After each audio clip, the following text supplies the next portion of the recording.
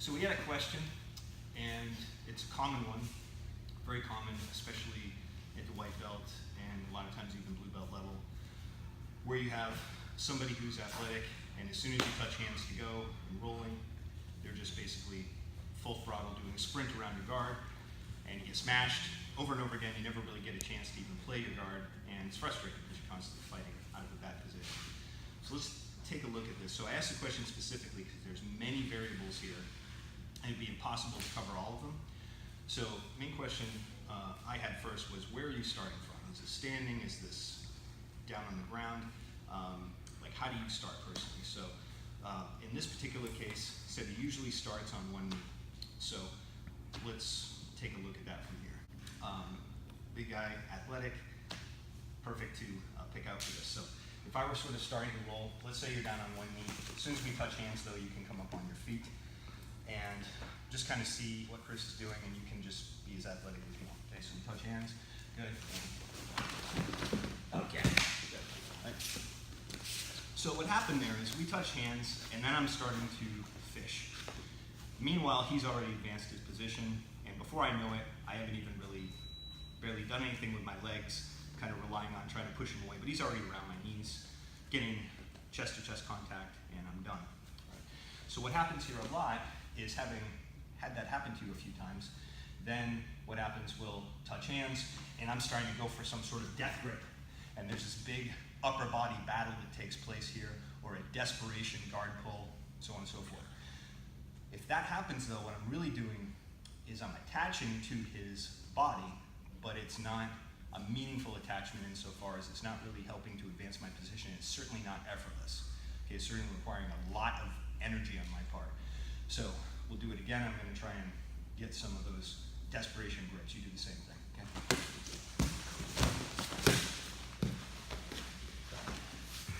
That allowed me to buy a little time to get my legs in, but still pretty much, and even back off a little bit. If he were in full sprint mode, he would have just run through.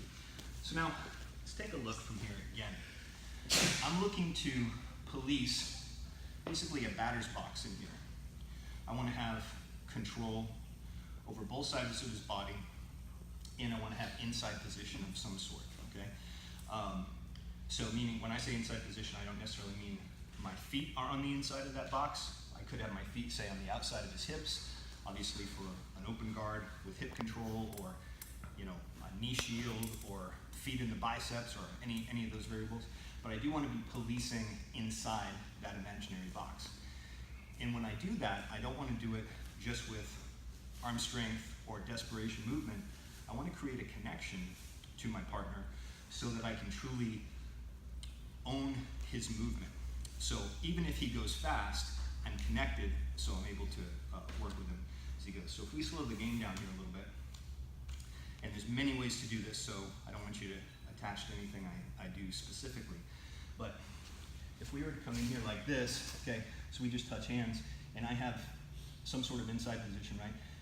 As Chris starts to run around my guard again, okay, what I want to be able to do from here, somehow, okay, is to create an attachment to him. So now from here, I know exactly if he's moving this way, okay, where he's going. So you see I pick up a hook here, and on my pressure. So I'm freeze framing here. I'm not saying this is a position you want to play in. I'm saying I just kind of stop the motion right here. Now if you keep going from here, then, okay, I have both legs on the inside, and now from here, I might start to come back in, stretch him out, for instance, because he's still standing. From here, I might be thinking about, depending on what type of game you like to play. All right, so I've now dropped my second hook in. Maybe from here, okay, I want to start to go into an X guard if you like to play X guard, so on and so forth. For me personally, a lot of times, if my goal is to play a game that allows me to not get stacked, okay, he's already standing as soon as we touch, so I don't want to get stacked, and I'm also trying to train for a game that will allow me to play either self-defense, Vale Tudo style, in case there were strikes thrown in, or jiu-jitsu. A lot of times from here, as we touch hands from here, okay, I might actually be moving back at an angle, okay, making some sort of attachment in here like this, and then at this point, right, I can start to stretch and get distance. So I like this because as somebody's really aggressively trying to sprint around my guard, okay, now I'm actually attaching to his body with weight. See the weight transfer? I have space, so although Chris is quite a bit taller than me, how tall are you again? 6'7". 6'7", so he's got 7 inches on me. If you were to reach forward and try and punch me in the head, okay, I've got that going for me.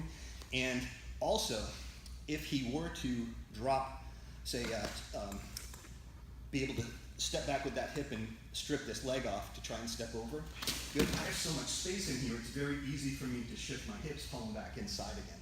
Okay? So that's often what I would do in that situation, is immediately go into the distance game. What happens, he's trying to get around, so he's constantly pursuing to try and get forward, get his chest on my chest, but meanwhile, I keep that distance, I keep shifting my hips, he starts falling into my hips instead, and that's where all the sweeps, submissions come into play, right? So let's shift directions for a second. If we were to change this up a little bit, and Chris is one of the guys that likes to play low as opposed to standing up, okay? Then we'll start here again, right? And then go ahead. So again, now, by virtue of staying low, okay, I also can stay connected with him. So keeping my hips in, keep going, try and be up there. I stay connected.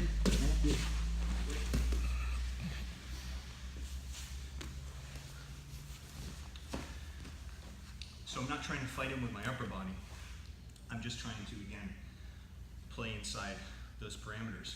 But when I get connection, that doesn't mean what my grips are doing. That means having the tactile sensitivity to know if he were to come straight in or he's trying to go in either direction, left or right, no matter how quick it is, I'm able to hitch a ride with him and go along for the ride.